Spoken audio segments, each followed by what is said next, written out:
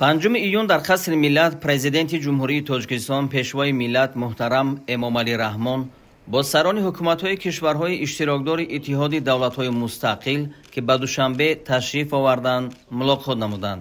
дар вохӯрии масоили ҳамкории кишварҳо дар чаҳорчӯби иттиҳод ва рӯзномаи раёсати Тоҷикистон дар Иттиҳоди давлатҳои мустақил баррасӣ гардид.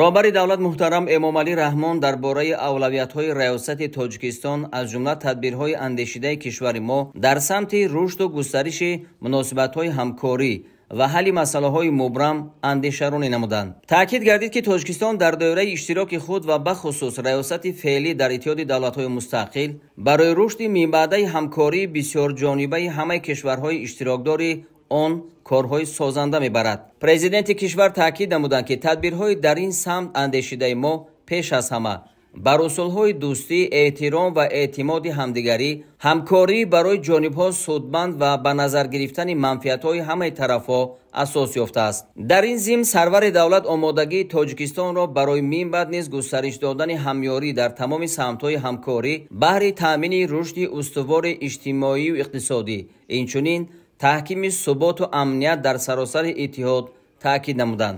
роҳҳои густариши ҳамкории кишварҳои иштирокдори иттиҳод дар соҳаҳои гуногун аз ҷумла иқтисоду тиҷорат, саноат, энергетика, ҷалби сармоя, инноватсия ва рақамикунонӣ аз мавзуоте буд ки роҳбари давлат муҳтарам Эмомалӣ Раҳмон барои ҳалли онҳо як қатор пешниҳодҳо ба миён гузоштанд. ҳамзамон сарвари давлат зимни суҳбат ба масъалаҳои ҳамкорӣ дар соҳаҳои маориф, тандурустӣ, фарҳанг ва илму техника таваҷҷӯҳ зоҳир намуданд.